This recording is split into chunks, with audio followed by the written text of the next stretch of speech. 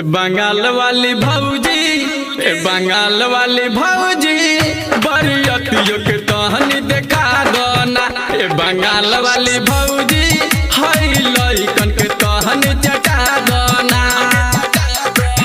तनी लहंगा उठाओ भौजी खोल के देखाओ, तनी लहंगा उठाओ भौजी खोल के देखाओ, तनी लहंगा उठाओ भौजी खोल के देखाओ। यार भीतर के सामान का छुपावे लो। बंगाल वाली भौजी, बंगाल वाली भौजी बरियतियों के तहनी देखा दो ना। बंगाल वाली भौजी हई लइकन के तहनी चटा दो ना। बंगाल वाली भौजी बरियतियों के तहनी देखा दो ना। बंगाल वाली भौजी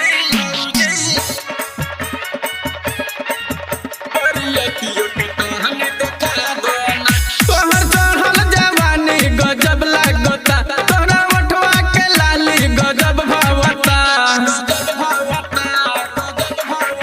तोहर चढ़ल जवानी गजब लागता, तोहरा ओठवा के लाली गजब भावता। तनी रूपवा सजावा भौजी सबके देखावा। यार भीतर के सामान का छुपावे लो। बंगाल वाली भौजी, बंगाल वाली भौजी बरियतियों के तहनी देखा दो ना। बंगाल वाली भौजी हई लइकन के तहनी चटा दो ना।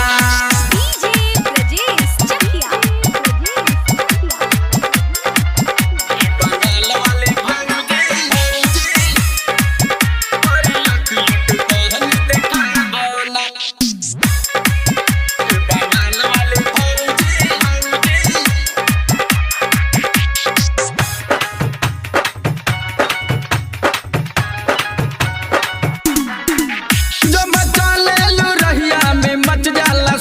तोहर दोनों जबन वाला गता बिजोर, जब चलेलू रहिया में मच जाला शोर। तोहर दोनों जबन वाला गता बिजोर। तनी रूपवा सजावा भौजी सबके देखावा। यार भीतर के सामान का छुपावे लो।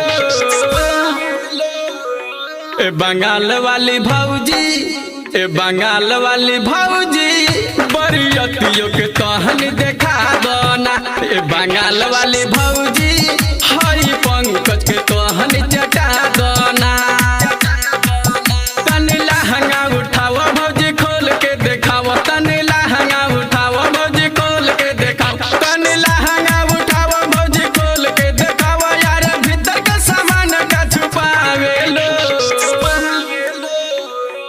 बंगाल वाली भौजी, बंगाल वाली भौजी बरियतियों के तहनी देखा दो ना। बंगाल वाली भौजी हई लइकन